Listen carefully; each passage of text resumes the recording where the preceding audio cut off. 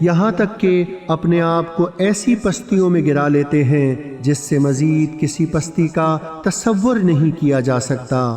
البتہ وہ لوگ جو خود شناس ہیں، اپنی خداداد عظمتوں کے قدردان ہیں، ایمان اور عمل صالح سے اپنے دامن حیات کو معمور رکھتے ہیں، ان کے لیے ایسا اجر ہے جو کبھی پایاں پذیر نہ ہوگا۔ اس حقیقت کے بیان کرنے کے بعد قیامت کی ضرورت اور اس کے برپا کرنے میں جو حکمت ہے اس کی طرف اشارہ کر دیا۔ جب وہ احکم الحاکمین ہے تو اس کے عدل و انصاف کا یہ تقاضا ہے کہ ایک دن ایسا آئے گا اور ضرور آئے گا جب ہر شخص کو اس کے اعمال کے مطابق جزا و سزا ملے گی۔